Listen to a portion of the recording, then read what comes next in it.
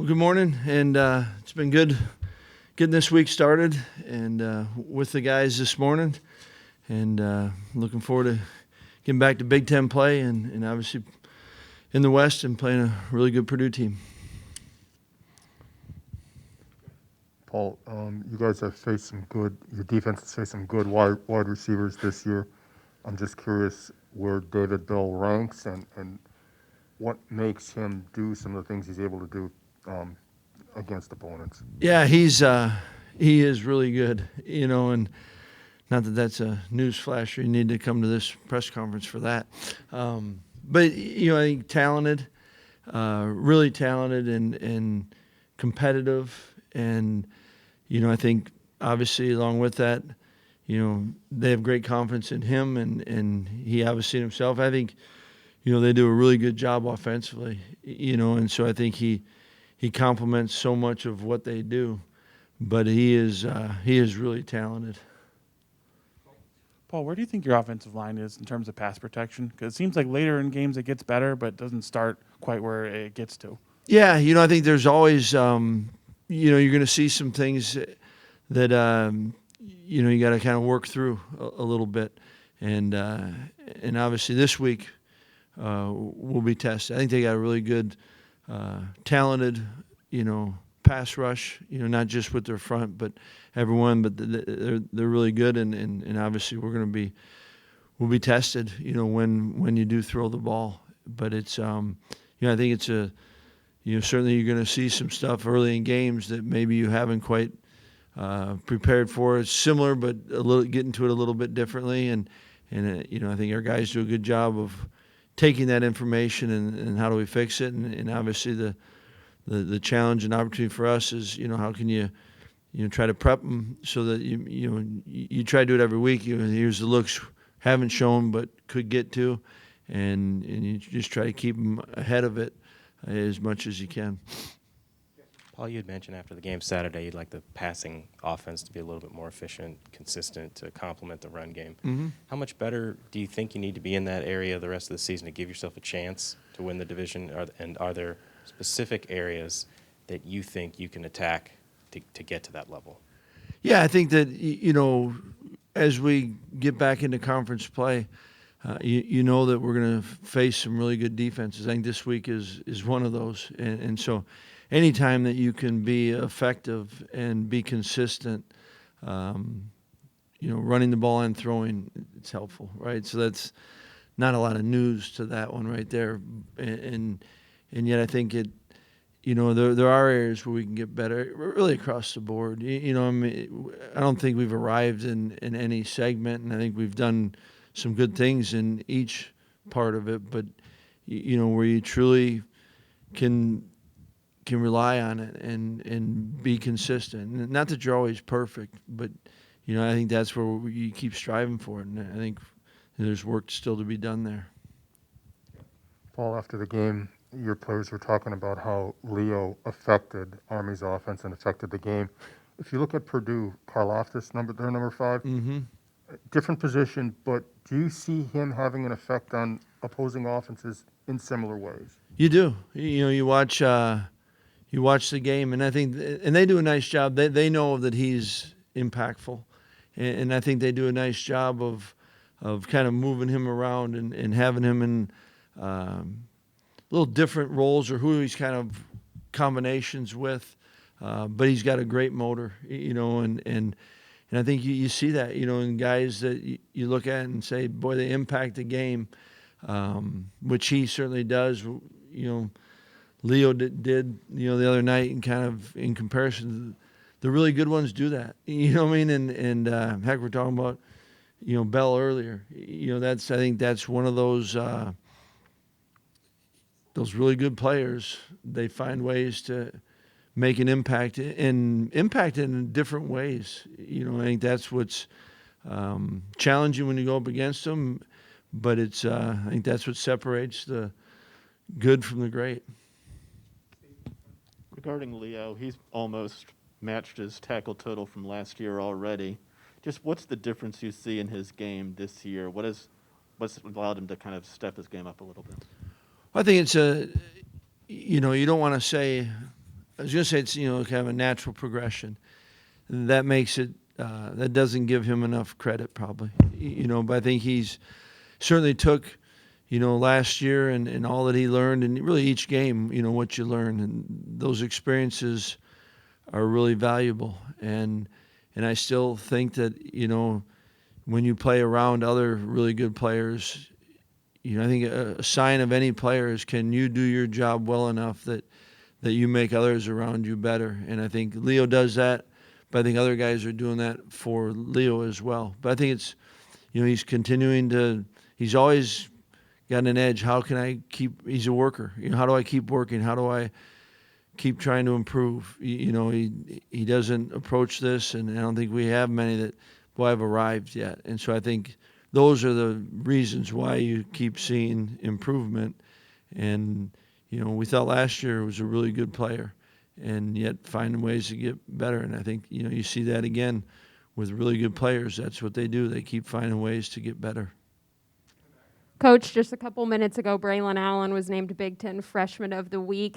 I know we talk about him a lot, but game by game, how have you seen him really step into his own and grow this season? Yeah, I think he's, certainly is doing just that. He's growing, and he's learning from the experiences that he's had, and I love his approach, and, the approach that he takes towards practicing, the approach he takes in the meeting rooms as far as trying to learn it. And it's been good. And he's got, you still feel like there's a lot more that he can, he's just starting, and so he will get better, but really like the start that he's had, certainly. Paul, Colin Wilder has emerged as one of the vocal leaders for this team this year. How valuable was his decision to return for another year just for this program and this team? And what do you think he's done well this year? Yeah, it's been awesome, and it's natural, it's genuine from him. Certainly, I think if any leader, they have to have the respect of the room, and guys respect him, and I think they respect him for a number of reasons. He's truly all in for this group, and takes the time and gets to know individuals. It's not for show, it's genuine. And has always brought great energy, and he loves playing the game, and it's been great having him, and he is exactly what you said. I mean, he's a true leader of this team. We got a number of them, but it's been fun to be around. He's a guy that brings the juice, certainly.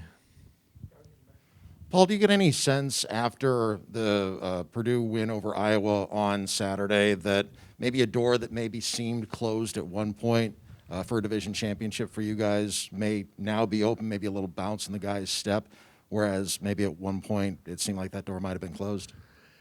Yeah, I mean, there's certainly, that happens in the course of a season, and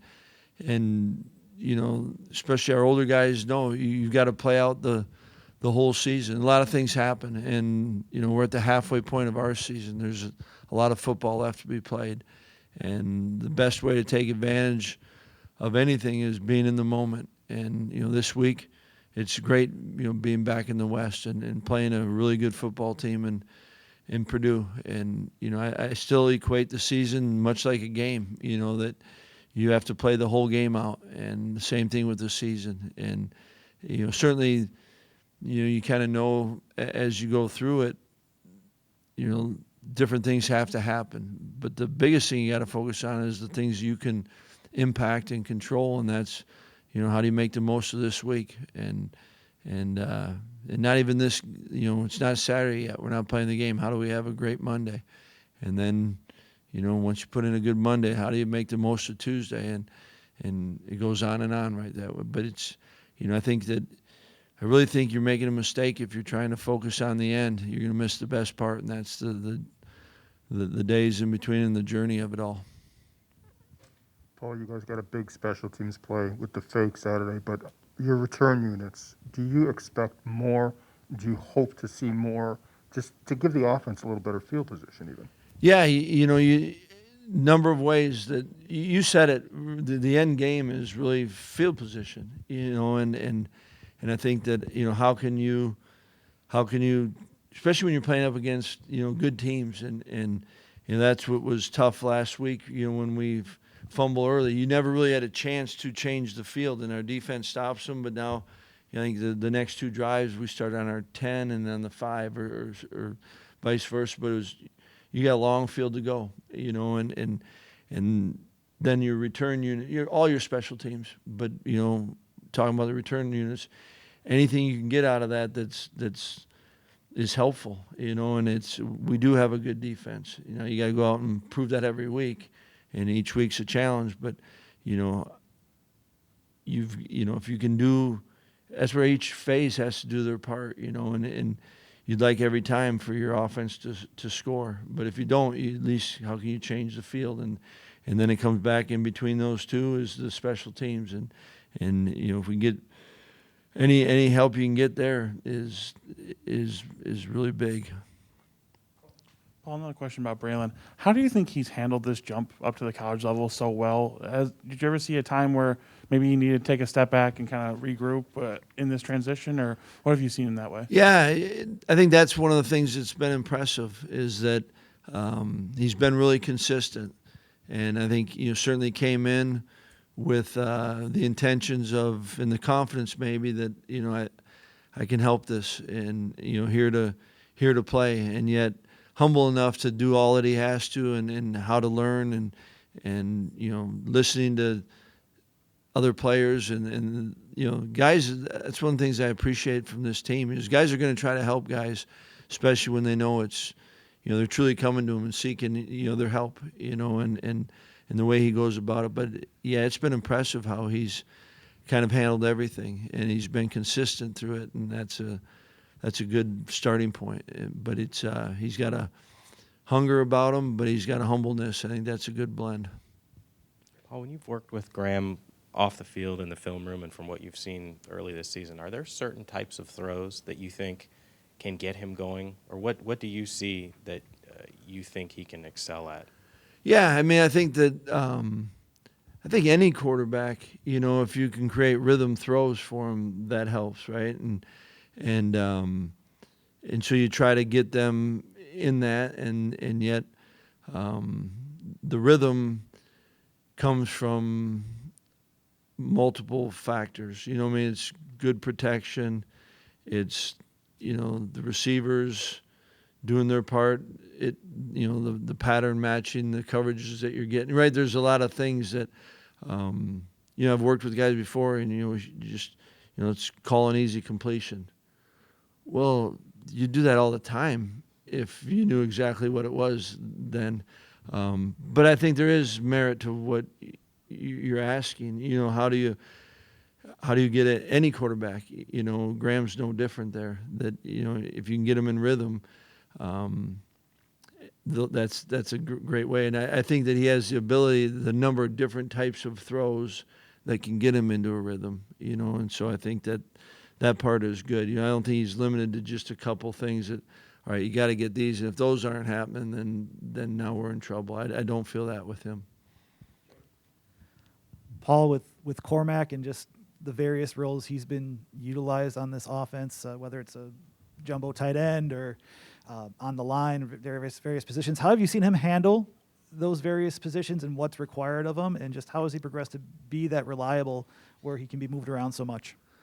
Yeah, I mean, it's it starts because he's a guy that's the way he approaches it and every day, and he comes and puts the work in, and his attention to the details, and certainly a good awareness of all that's going on. I think when when anyone first learns it, you're kind of focused just on what do you do, but quickly I think he understood the big picture, which that helps when you're asked to do different things, and that it's important to him, and he goes out and he understands that this is a way that I can contribute to this team, which you appreciate, right? He's willing to maybe get what at one time was out of a comfort zone, and if that's what we needed, he was going to do it. And now I think he's done it enough where it's less that, and now it's more you just continue to work on the little fundamentals and the little details that become big when playing. Paul, you guys didn't face Purdue last year, but at the end of the season, Braun basically remade his entire defensive staff. You mentioned facing a good defense.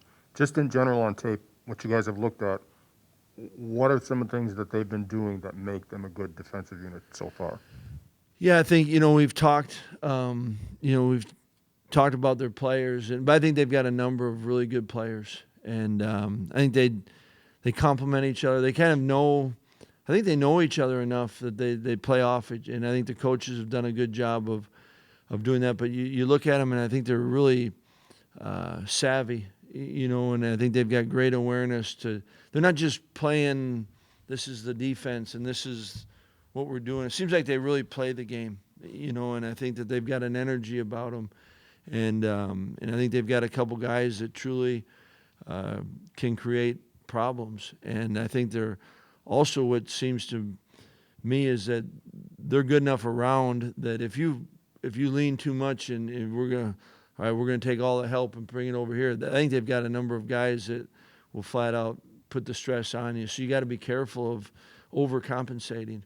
But I think in general, I think they do enough things. They're not just going to stand there. There's enough scheme, but the kids, the players understand. It looks like to me, and they're playing. And like anything, you start stacking it.